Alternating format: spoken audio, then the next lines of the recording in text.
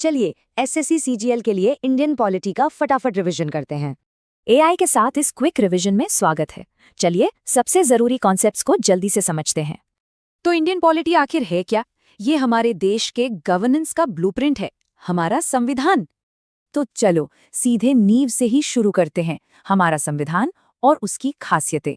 ये दुनिया का सबसे लंबा लिखित संविधान है और इसे बनाने में कई देशों से आइडियाज लिए गए हैं। प्रस्तावना साफ कहती है, असली पावर तो भारत के लोगों के हाथ में है।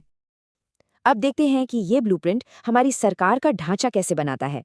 शासन 3 मेन पिलर्स पर टिका है: यूनियन, स्टेट्स और जुडिशरी। यूनियन लेवल पर संसद के 2 सदन हैं, आप जानते ही हैं, लोकसभा और राज्यसभा। अच्छा, तो इस ब्लूप्रिंट में सरकार और नागरिकों का क्या रिश्ता है? आर्टिकल 12 से 35 तक हमारे मौलिक अधिकार हैं। ये हर नागरिक के लिए एक गारंटी की तरह हैं। तो राइट्स तो कानूनी तौर पर लागू होते हैं, पर डायरेक्टिव प्रिंसिपल्स सिर्फ सरकार के लिए गाइडलाइंस हैं। और हाँ, संविधान में हमारे फंडामेंटल ड्यूटीज भी हैं। ये हम सबकी नैतिक जिम्मेदारी है। चलिए अब देखते हैं कि इमरजेंसी जैसे मुश्किल हालात में सिस्टम कैसे काम करता है। आर्टिकल 352 है नेशनल इमरजेंसी के लिए, मतलब युद्ध या बाहरी हमले के समय। फिर है आर्टिकल 356 यानी स्टेट इमरजेंसी, इसे प्रेसिडेंट्स रूल भी कहते हैं। और आर्टिकल 360 लगता है फाइनेंशियल इमरजेंसी में, जब देश में पैसों की तंगी हो।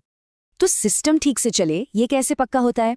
इसके लिए है इंडिपेंडेंट कॉन्स्टिट्यूशनल बॉडीज, जैसे कि election commission, UPSC, finance commission और सीएजी। पर शासन को ग्रासरूट लेवल तक भी तो पहुंचाना था। ये काम किया गया कुछ खास अमेंडमेंट से। 73वें अमेंडमेंट से आया पंचायती राज और 74वें से शहरी इलाकों के लिए म्युनिसिपैलिटीज।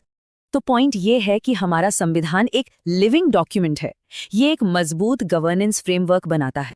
ये मजबूत ढांचा 21वीं सदी के भारत के लिए खुद को कैसे ढालता है, यही इसकी सबसे बड़ी खूबी है।